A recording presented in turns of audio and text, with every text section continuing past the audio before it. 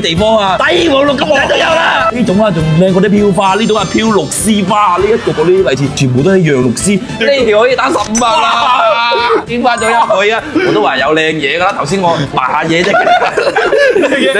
嘢，哇！水墨丹青啊，真係好似啲山水畫咁啊！哇，真係水潤，佢係一啲雜質都冇啊！呢條都可以打翻個38000，38000。哎呀，打低咗真係，夾地定有靚嘢噶嘛？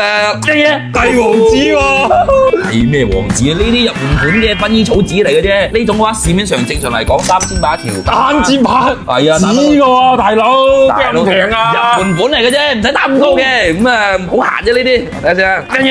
呢個都係果綠色嘅，呢種都係入門款㗎，帶少少灑金底嘅錦鯉啊，呢個招財㗎，呢種都係一樣嘅，放多個市場嘅樓價，呢種都係2條7600，唔使打咁高啊，肯定有靚嘢㗎啦，呢啲普通貨就打翻普通價啊嘛。10、9，哇，洋綠絲啊，呢個大鼻圓條15乘15都有啊，呢種啊戴上手好顯富貴啊，搖手鐲正常都可以打翻個10萬蚊啦，18萬咯喎，有咁多，仲有咁多，呢度睇下開見過先啊，開呢個。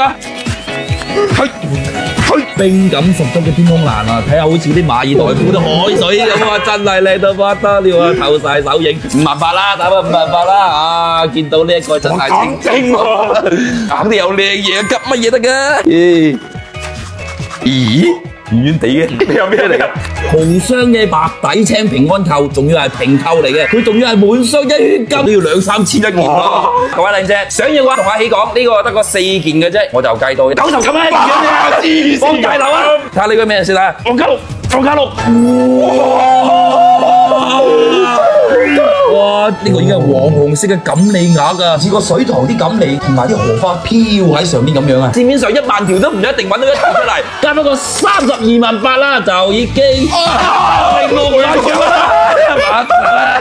嗱，各位靚姐唔講咁多啦，呢個最後一版大嚿衰啊！唔理開出乜嘢，我都3、4千蚊俾你都冇乜所謂啦。